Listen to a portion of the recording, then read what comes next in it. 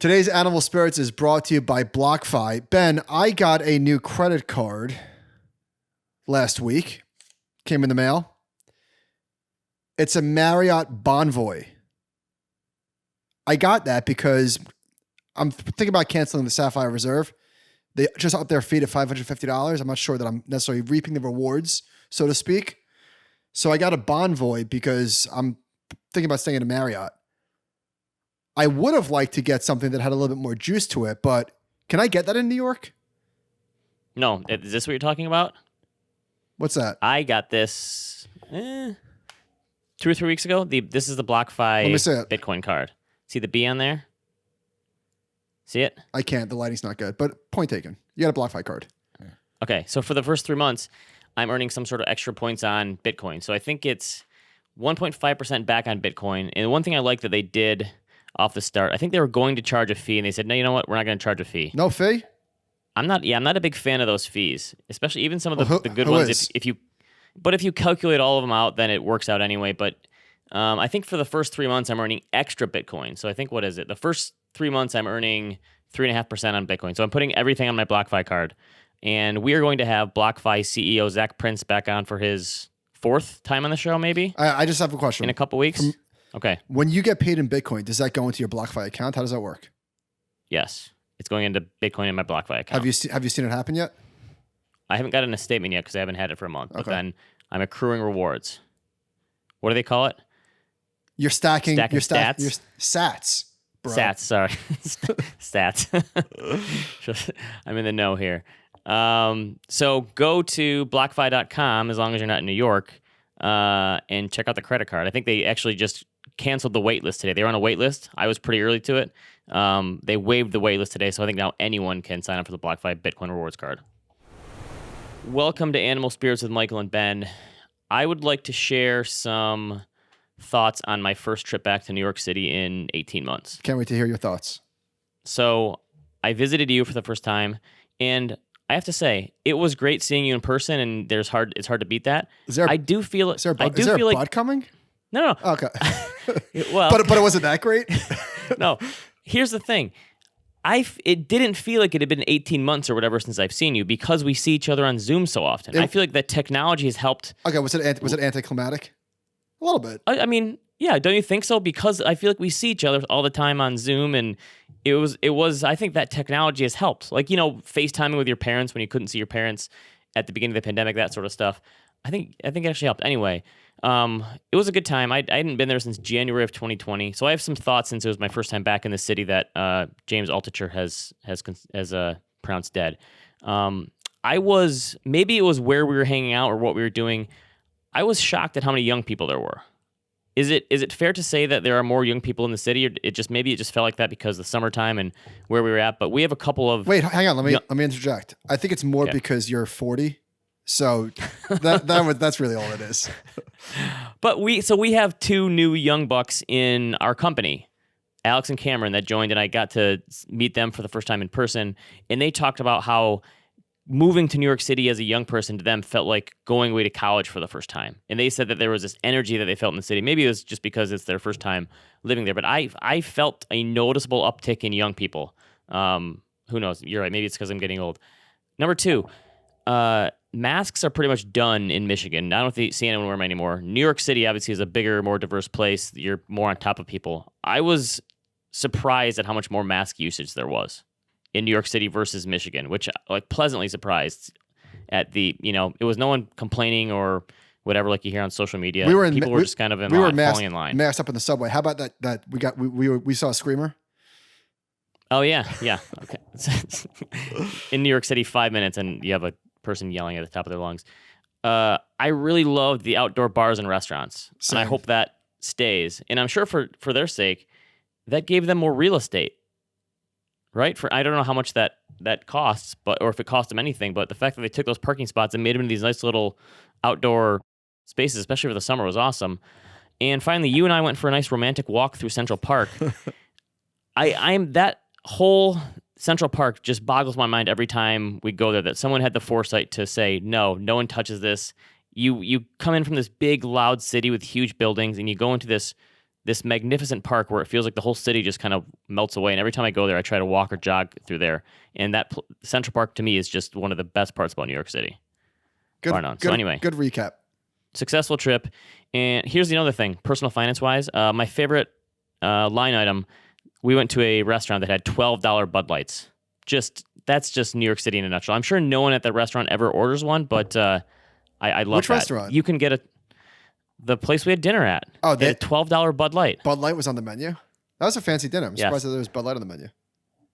That's the thing. I'm sure no one really ever gets it, but $12 for a Bud Light, you can buy a 12-pack for probably $9.99 in Michigan. The cocktails were $19. Is that all? Yeah, no. Screaming deal. All right. So this is some bullshit. The CFA Institute just reported the lowest pass rate on record for the level 1 exam at 25%. Now, Ben, you and I, once upon a time, took the level 1 exam, and not an easy test, not an impossible test, not a 25% pass rate test. The next lowest for comparison was 34%. And I think what we really need here is the denominator. How many people took the test? So where I'm going with this is, if there was a spike in people taking the test, okay, fine. Then it's reasonable. But if that's not the case, this is not cool. I do think that this was one of the first ones they administered online only, that you could take it online. So maybe it was more people taking it, but still, that's ridiculous. So I think, remember when you try to read the CFA curriculum and how they do it, it's supposed to be like if you get a 70% above, you pass, but really it's graded on some weird curve. You don't exactly know what the score is. Has to be, it's kind of just a pass fail. But so based on that logic, how did they have a pass rate of 25%?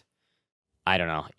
That seems to me that they're just messing with the numbers, and yeah, I don't like that. You see a lot of people in finance today who kind of mock this and they say these designations are useless. But for me, I probably wouldn't have gotten one of the jobs in my career that I got if I didn't have the CFA or were sitting for the CFA. So for a lot of people, it's still a foot in the door. So some people just have to get it. So me too, but it's a really stressful time. Me too, but the opposite. The CFA was a foot out of the door. Did I ever tell you this story? No.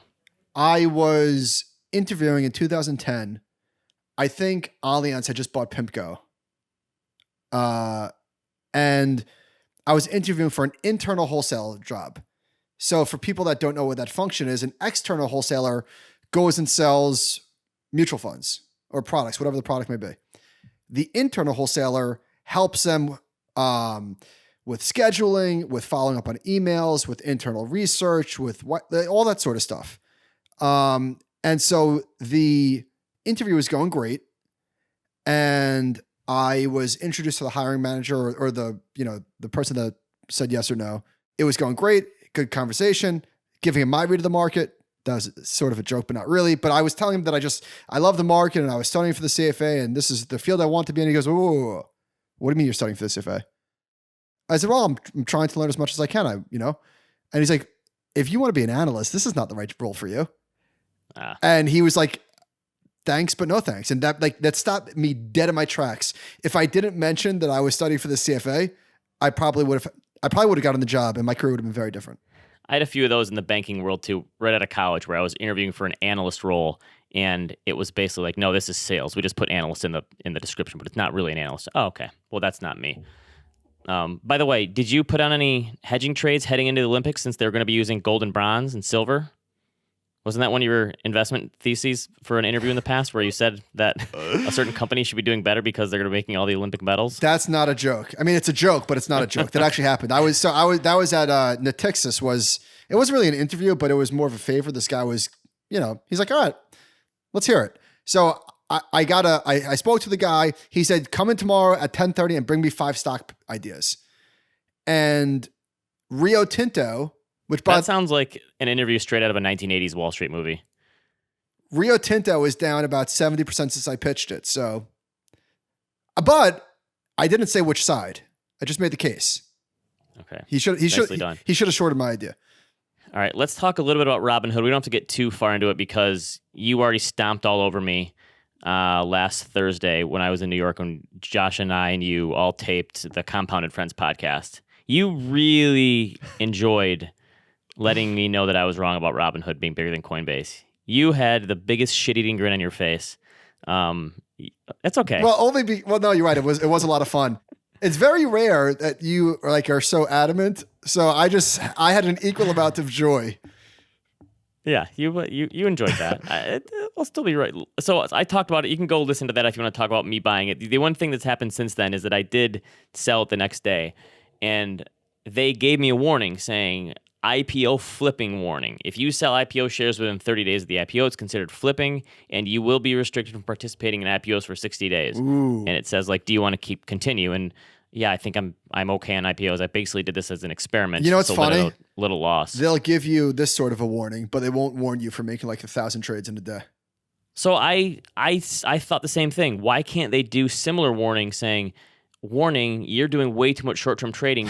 Are you going to have enough money in your tax account at the end of the year to pay for this? Warning, idiot, check your P&L. This hasn't worked out so well for you.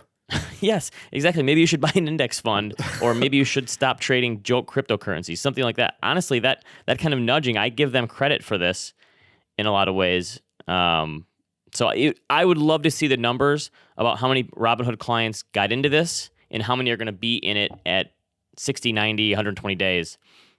I'm guessing we'll see how many people actually stick around for it. I don't think that anybody cares about that yellow warning light. This blew my mind. So Galloway did a piece on them. And surprise, surprise, he was not too complimentary. They paid their chief legal officer more than $30 million in 2020, even though they hired him halfway through the year. That's so insane. This guy, Daniel Gallagher, was an SEC commissioner from 2011 to 2015. Galloway said, our business environment has morphed from capitalism, which depends on the rules of fair play, into cronyism. And yeah, I'd say that's accurate. The fact that they got an SEC person in there, yeah, I guess that's. I mean, that's what it is. It's not even surprising, but they paid him $30 million for 6 months worth of work. That's a lot. I'd say that's yeah. I mean, that's like what Kawhi Leonard makes in a season.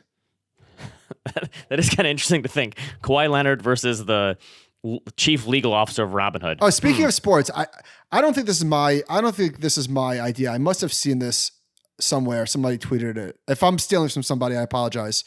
This is apples to oranges, but what's GameStop's market cap? 30 billion? $11 billion. Okay, all right, I was way off. All right, still. So they've fallen quite a bit. GameStop's market cap is $11 billion. The New York Yankees are worth $5 billion or $4 billion or something like that. Now, would you rather own 100% of GameStop or 100% of the Yankees? And I know you can't really buy GameStop. I know, but I think it would be interesting to see an analyst perform a side-by-side of revenues, and obviously there's a brand thing with the Yankees but yeah, that's so okay. I see what you're saying. I looked at this. The Yankees do around $600 million in revenue. GameStop did $5 billion, so maybe it's not so crazy. Okay. But still, from a bragging perspective, there would be way more people ready to line up to buy the Yankees than take over the entire company of GameStop. Yeah. So all right. So maybe this is a little bit closer. Again, I know we're comparing market caps of companies to the value of a baseball team. It's silly. But Foot Locker, $5.8 billion.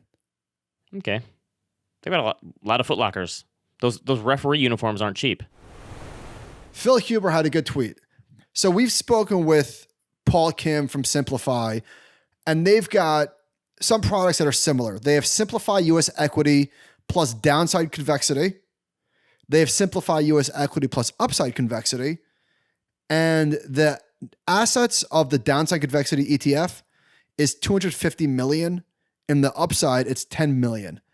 And this is no surprise, but this is just, boom, nailed it. Nobody wants to hedge the upside.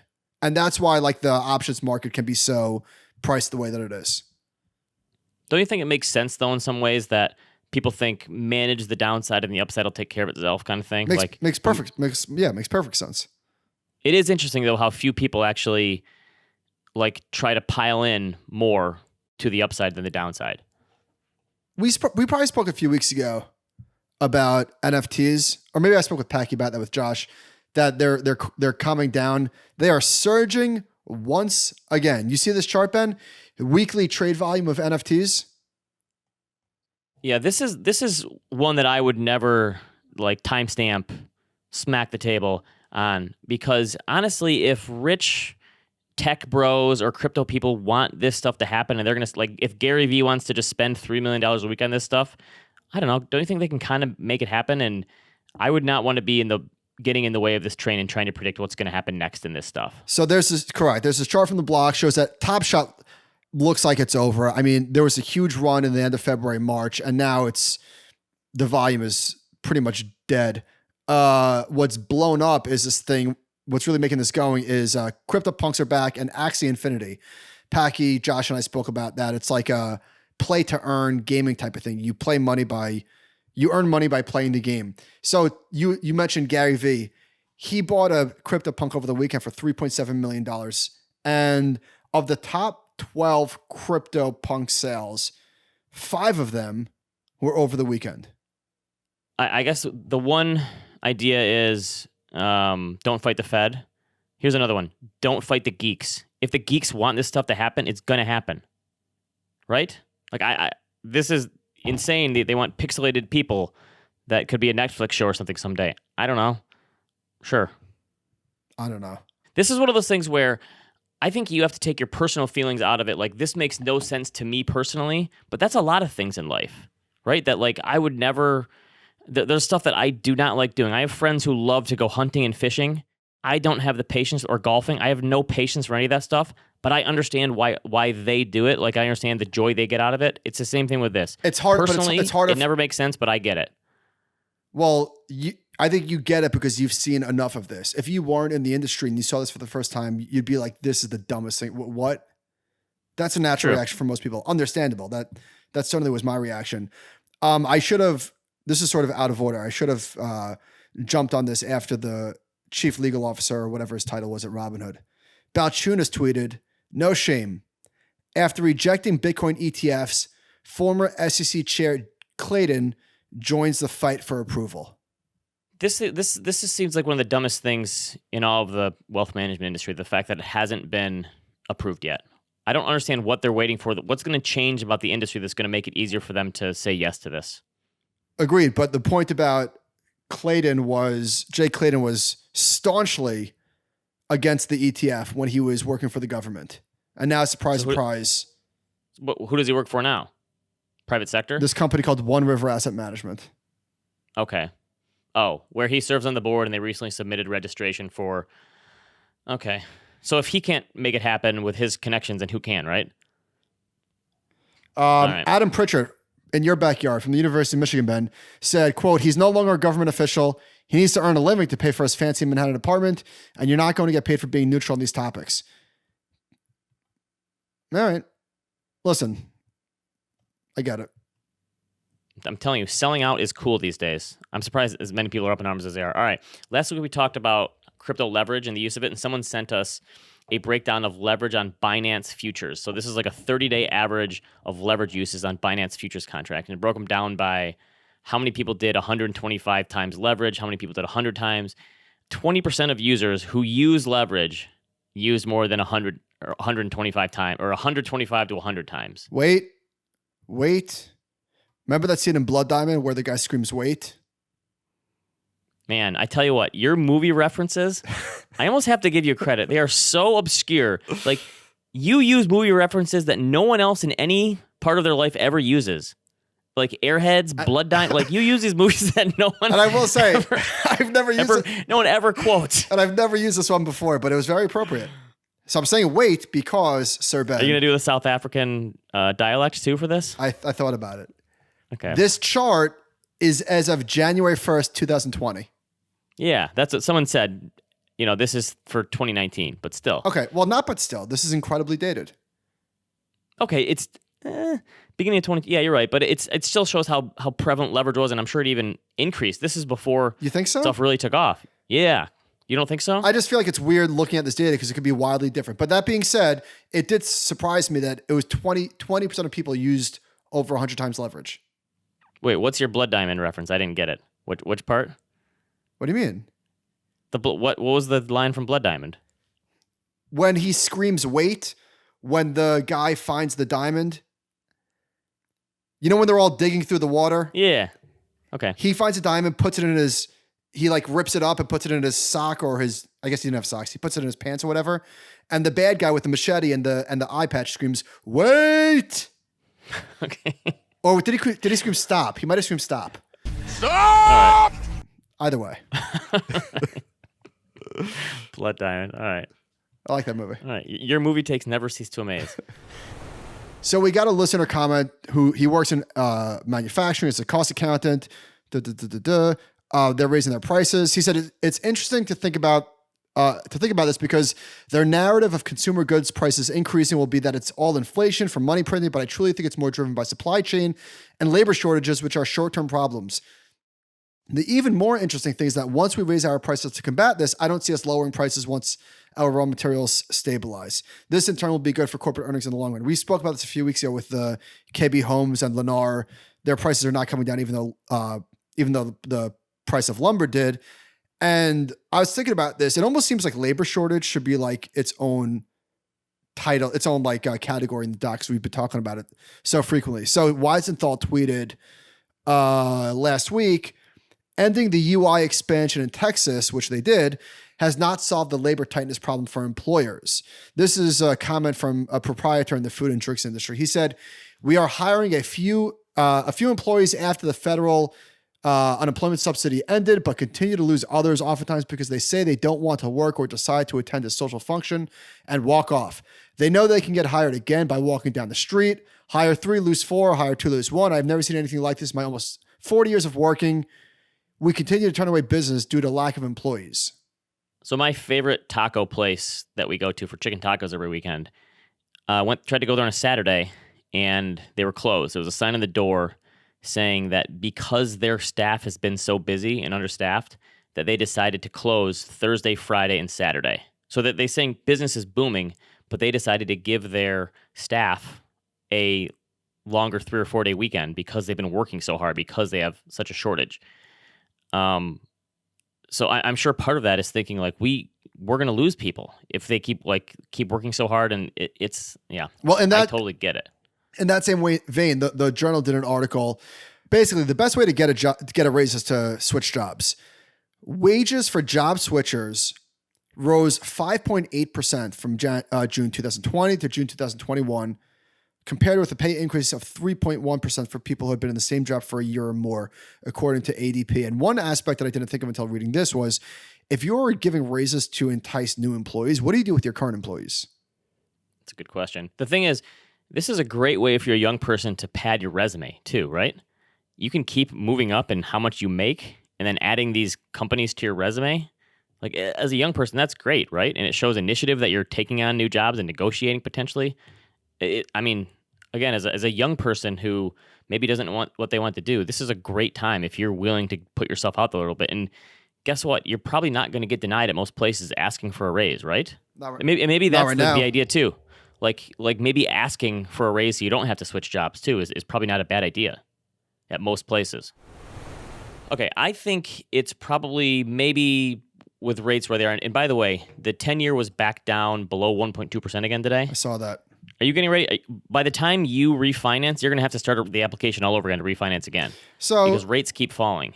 Ben, I'm supposed to be closing on August 5th. That's Thursday.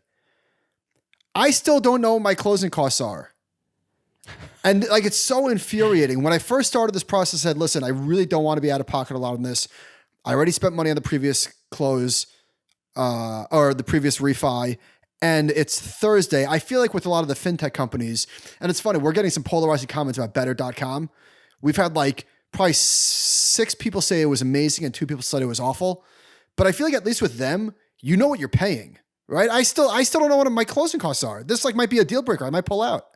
We were comparing notes on closing costs, and $12 Bud Light is a pretty good analogy of your closing costs in New York versus Michigan. It's absurd. I'm paying $9.99 for a 12-pack, and you're paying $12 for one Bud Light in New York, basically.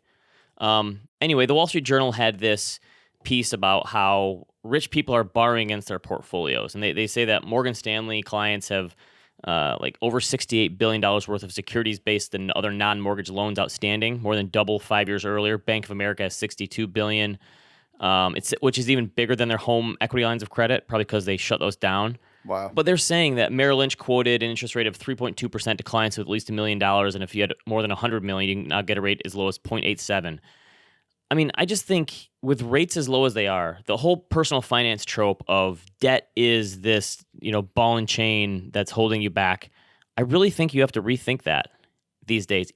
And this is the other thing why inequality gets so much worse these days when people have their financial stuff in order. Like the robber barons of the 1800s and late 1800s and early 1900s, they didn't have securities-based lending from one of these places that made their life so much easier so they didn't have to sell securities.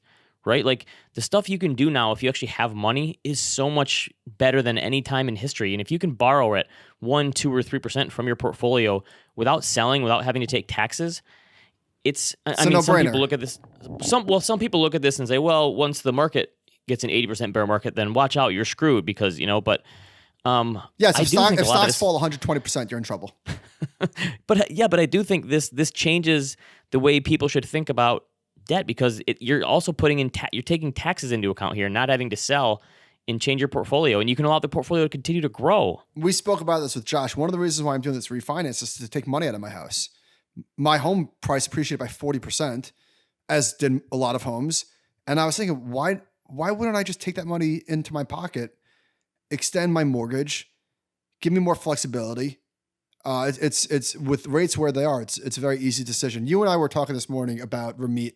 So Ramit Sethi was on Tim Ferriss's podcast, and I think Ramit is the best money talker in the world. I don't even know, is money talker like a really ludicrous description? How would you describe him? He's like a money psychologist. Yes. Okay. Perfect. I called him a money talker. What am I?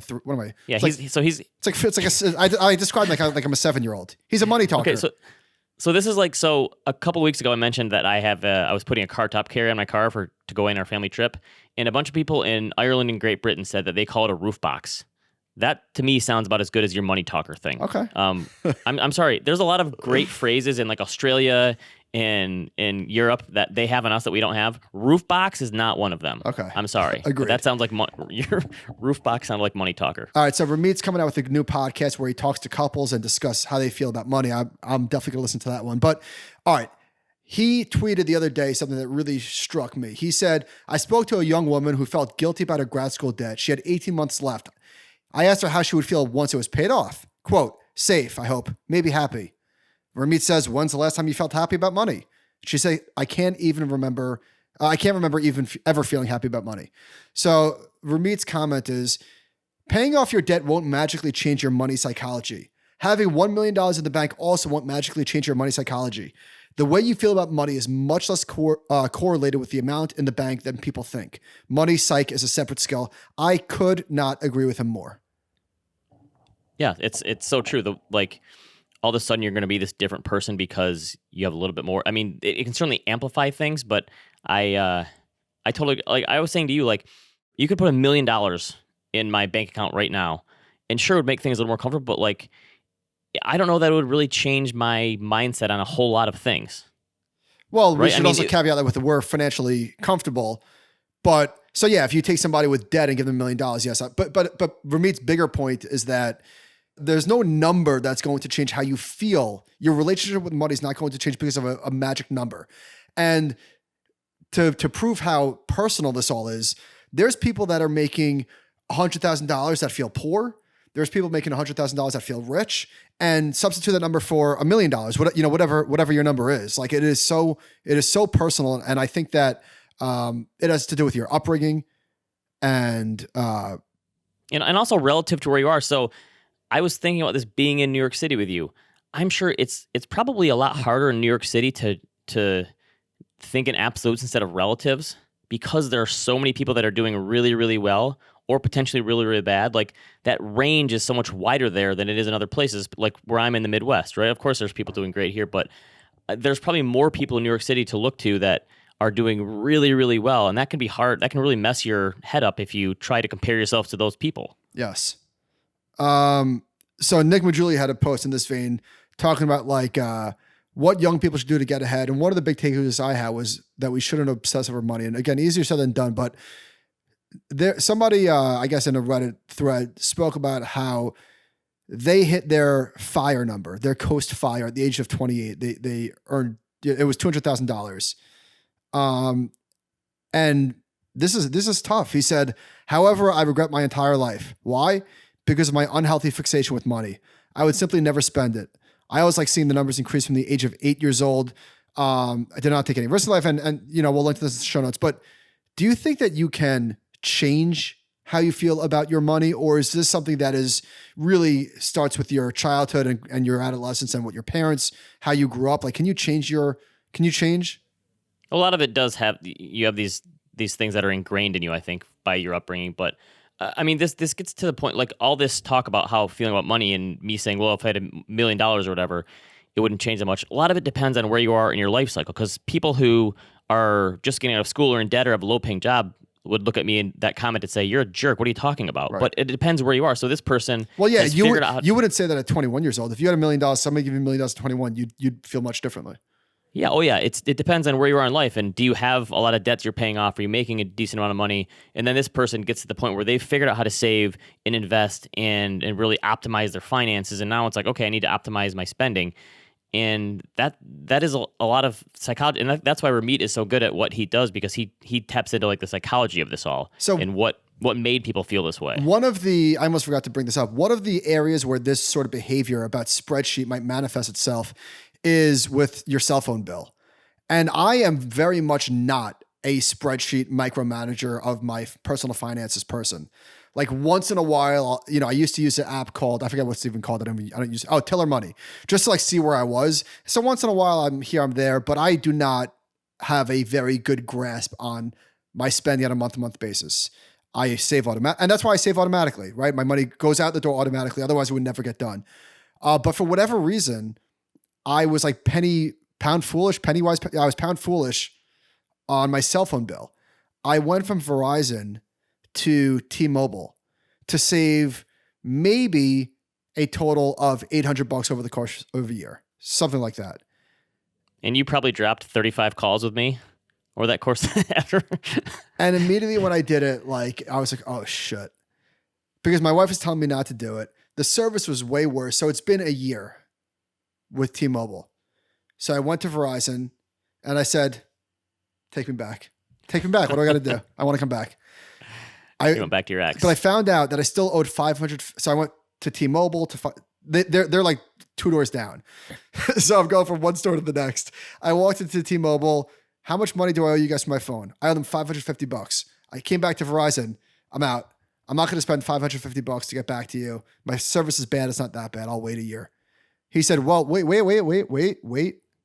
That's a good, was that a negotiating tactic or were you being serious? No, I was being serious. Okay. So it turns out that with each phone line, you get $300. So if I'm porting over 3 phone lines, I get $300 in gift certificates, cold hard fiat gift certificates that I could spend. Not only that, but wait, there's more. Not only that, I also get a free Motorola phone or something. That's a $600 phone that I can resell. And my bill is going to be roughly the same. I don't know what happened, whatever. So I said to the guy at Verizon, how do you guys make any money?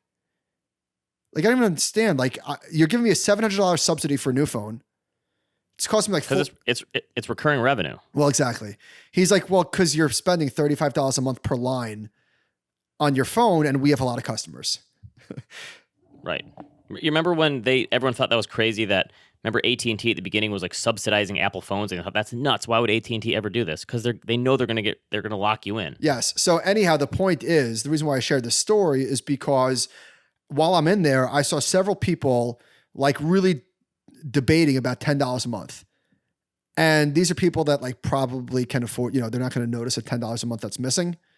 But for whatever reason, I've noticed that with cell phones, it gets in your head. I don't know why that in particular gets in your head. It's like, yeah, $10 a month. It's like, who cares? Okay, here's my thing on this, but I think it's a scam.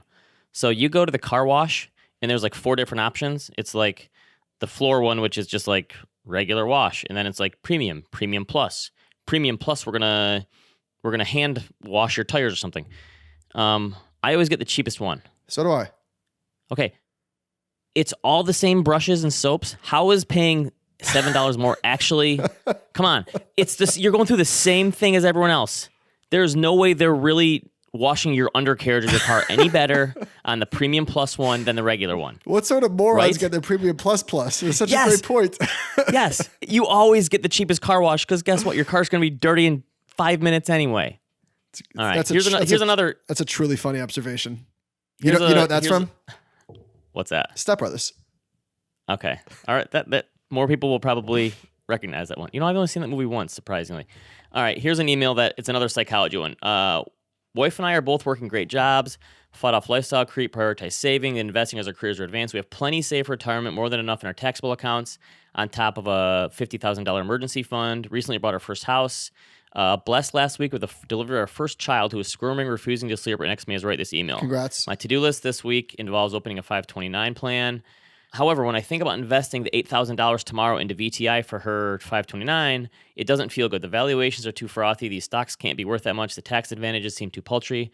I don't have this thought with my other investments, but I can't reconcile this discourse. Why does this feel so shitty? Further, I know this isn't a real problem, that we have more than enough to take care of her. Valuations and tax advantage educations be damned. But I can't help but thinking about how we are extreme outliers. We are winners in the current system. Folks without our means may actually need better savings programs for future education, to say nothing about healthcare, diapers, bottles, etc. And there's nothing here for them. Affluence is a great thing. My wife and I have months off of work, paid, of course, at our generous salaries for paternity and maternity leave. Most of my peers, most other new parents out there do not have this luxury. As I sit here consoling our screaming 6-day-old, I know I'm lucky to have that $8,000 on hand to drop to our 529 tomorrow. It should feel great. So why does it feel so shitty? This is getting back to the same point of how money things can sort of. I'm sure there's something else going on here in this person's life. Yeah, my first thought is, I don't know. Why does it feel so shitty? Does this person feel guilt over his fortunate situation? I think that's what it is. Or am I completely off the mark? I think that's part of it, is thinking that there are so many other people out there who are in way worse situations, and maybe this person had a leg up because of where they were born or their parents or a lucky break or the college they went to, whatever it is. For whatever reason, they're in a very good financial position, and they know there are a ton of people out there who would love for this to be a problem, that they're worried about. Valuations are their biggest worry, right? If you've gotten to that point, you've kind of won the game, right? That your biggest worry is your investment portfolio. I guess the thing is, one, be grateful for what you have. That's probably a first step, right? To understand that there are, and this person has obviously got there. You understand you're in a very good position, other people aren't. And two, try to figure a way to give back potentially, whether that's money or volunteering your time. And obviously that's kind of tough with a newborn, but I feel like that's a simple way to figure out a way to take that money that you're doing good financially, set aside some money each month or each year, whatever it is, to give back to someone, and find some organizations or programs that you can give your money to, and look at that as another sort of investment. Mm-hmm. But again, this is another money psychology thing, I think, that people get that tied up on. And well, I think that's a good thing to feel a little bit. I don't think it's good to feel guilty, but like, if you have those feelings, you're probably a decent person, right? Because there's plenty of people with means that don't feel that don't feel anything. And they feel like they don't think about the fact that they were lucky because of where they were born or how they're brought up or raised, or and they just assume that they should have that no matter what. And it's only because of their hard work that they got there, not that they maybe got a break or two that someone else didn't get. And yeah, that's a good way to think about it. Okay. The Wall Street Journal I think they are all unbelievable at these type of real estate stories. So they wrote a story about how real estate is booming in Bozeman, Montana. Apparently it's called Bose Angeles now because so many people from LA are moving there. Okay, so there's 33 sales of Bozeman homes priced at $1 million more in between January and April, more than 4 times as many during the year earlier period. Median sales price is up $467,000, up 24% from 2020. They show the median days on the market, which was actually high. We're pretty low already. It was like 18 days in January 2020 before the pandemic, is now down to 6 days. And they talked about how this couple that moved from LA sold their home for $1.2 million, which is a 56% rise for what the sellers paid for in August 2020, about a year ago, basically. This is just another thing that shows like I don't know if this is the internet moving things faster, or the pandemic, or both, but just that these trends that were in motion in this sort of stuff The pandemic has just shifted things around so much faster. It's like people didn't have time to just take their time and think through these things. Like it just happened, right? And I think these cities like this, I don't know, unless this was the Kevin Costner effect from Yellowstone, right? Which, by the way, when is season 4 coming back? I'm waiting. I haven't heard any announcements yet. I am waiting. Yeah. You know what's we've spoken a lot about renters and people renting single family homes. We've probably mentioned these companies in passing, but Invitation Homes and American Homes for Rent are both having monster years. Their stocks are up 37 and 40%. So we missed the boat on this one, even though we've been talking about it forever? Yes. Okay. Well, what are you going to do? Would you rather own Invitation Homes or the Atlanta Braves? Ooh. Not a Braves fan. Oh, sorry. How about the Mets and the Yankees versus Invitation Homes and Pulte Homes? Survey of the week. How much money do you need to feel financially secure? When asked how much they need to have saved to consider themselves financially healthy, Americans put the number at $516,000 on average. Only 20% said they would need more than $1 million. These numbers are lower than I would have thought. Well, who was asked? And where? I don't know.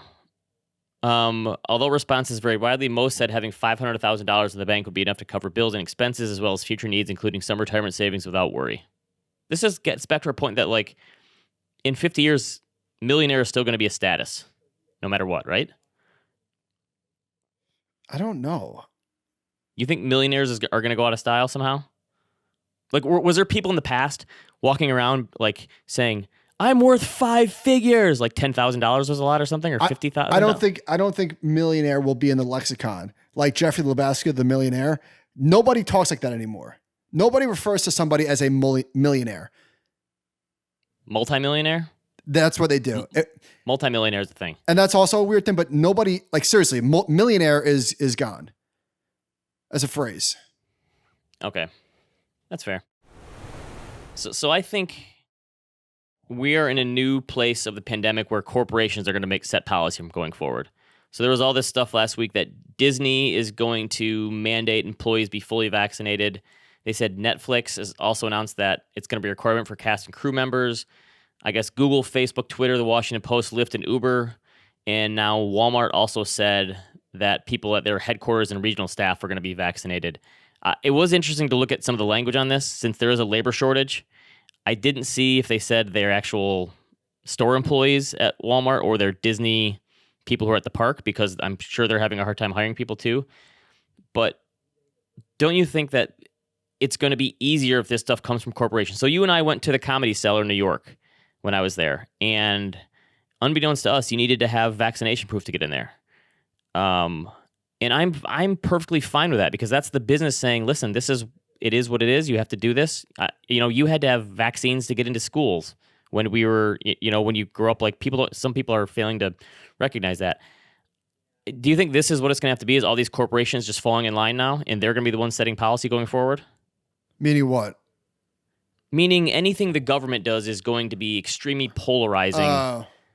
And isn't it easier if don't you think the government should be pushing corporations to do this so they don't have to? So they don't have to have a vaccine passport or mandate the vaccine. If the corporations all do it and people say, you know what? Fine, freedom, I don't want to get it, then great, you don't work here, you don't go here. Yeah, I'm fine with it. I have no problem with for the betterment of society and your coworkers, get the vaccine or don't come to work. Yeah, and if you don't want, fine, work somewhere else. Right? That's so another thing. So Walmart announced last week it's going to pay 100% of college tuition and book costs for its associates starting in August. That's 1.5 million people. What's the cap? At Walmart and Sam's Club. That's a good question. I mean, it says 100%. Yeah, I don't know if they have sort of a ceiling on it, but that's pretty amazing. So they got the free tuition before the government did, right? Fantastic. Yeah, that's awesome. All right. So we have been relatively anti-DoorDash people in food delivery as a business until they change their model. Like, the economics of it don't make sense. I think I'm leaning that way with the buy now, pay later, but not quite as much. So Square just bought Afterpay, and I was buying a new party shirt the other day, a little nice Hawaiian number from Tropical Bros. You ever heard of this one before? I've never heard of them. They have some nice stretch material, trying to make the summer last a little longer. and it says $48.95 for the shirt or 4 interest-free payments of $12.24 with Afterpay. So that's the one that Square just bought. Why would Square pay $30 billion for this company, not just do this themselves? Can I just say one more thing? The clothes are another area where I'm cheap. Like, I'm not cheap on like a normal at all, like a daily basis, but I don't spend money on clothes. I would say I rarely buy anything that's not on sale. There's no reason to. I need it.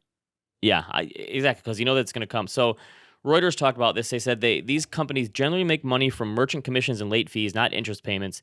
So they sidestep the legal definition of credit and therefore credit laws. That means buy now, pay later providers are not required to run background checks on new accounts, unlike credit card companies, and normally request just an applicant's name, address, and birth date. Critics say that makes the system an easier fraud target.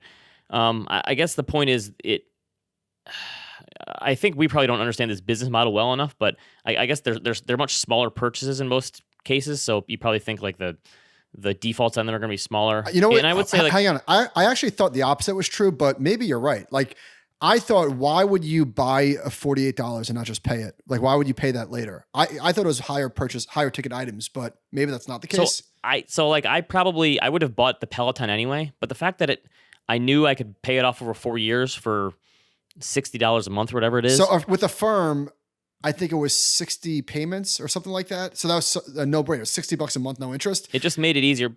I bought a Dyson last year, a new handheld vacuum, and I don't know, it was $200 or $300. Okay. And Affirm had it, and it was a $20 a month payment. And I go, sure, I'm going to try this. Like, I didn't need to. I could have bought it, but I'm like, yeah, why not?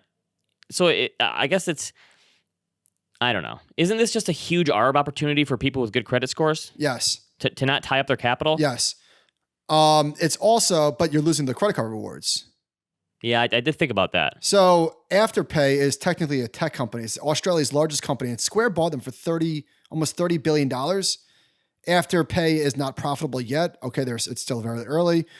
John Street Capital did an amazing thread on this, and that guy's the best on what's going on here. So I think that I don't know all the economics of these businesses. Okay, so wait, how do they become profitable then? I don't know, but it's not just so people get interest free. If they miss a payment, then the interest starts to kick in. They get paid from the merchant. So they provide, I guess, the money upfront to the merchant at a discount. So if you're buying a Peloton, they'll pay a Peloton 95 cents on the dollar, keep 5% for themselves or whatever they end up charging. I don't know the path to profitability, but there is $10 trillion worth of online payments. Buy now, pay later represents just 2% of that market. And it is definitely going to be bigger in the future than it is today. I mean, I guess from the perspective of Wall Street trying to analyze these companies, I guess it's easy to model them out. You know that you have these certain payments over a certain period of time, and you put some sort of default rate on them, 2% or 5%, whatever it is, and it's easy to model out because you know that those payments are coming in over time. I guess that makes sense. Maybe we're giving the market too much credit, but actually, no, we're not. Square paid $30 billion for them. They're not idiots. SoftBank just invested in Klarna at like a $60 billion valuation. What's Affirm's valuation? So I'm not saying that these companies are cheap. You know, maybe they're wildly overpriced. Who knows? But there's a business there for sure. All right. I just haven't figured out what maybe I just don't get it, but someone's going to write a Substack on this and school us on that, right? It has to be, right? Because no one's writing about Chinese tech companies anymore, right? Yeah, true. What's going on with Scarlett Johansson?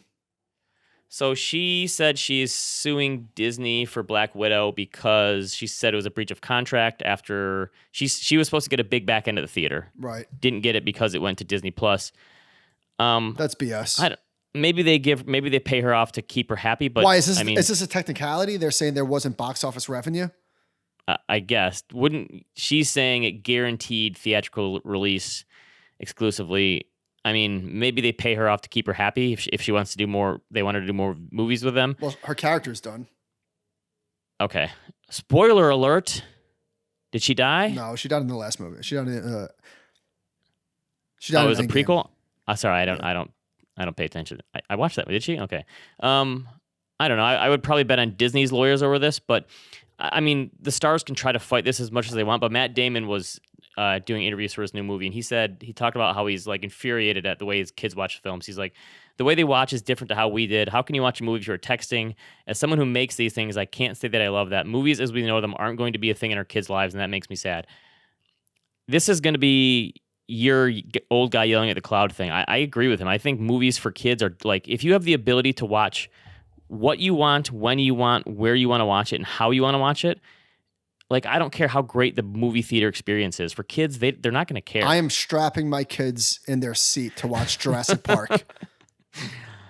Okay, but I think that's just going to be so few and far between. No, I think you're right. I think he's right. Yeah.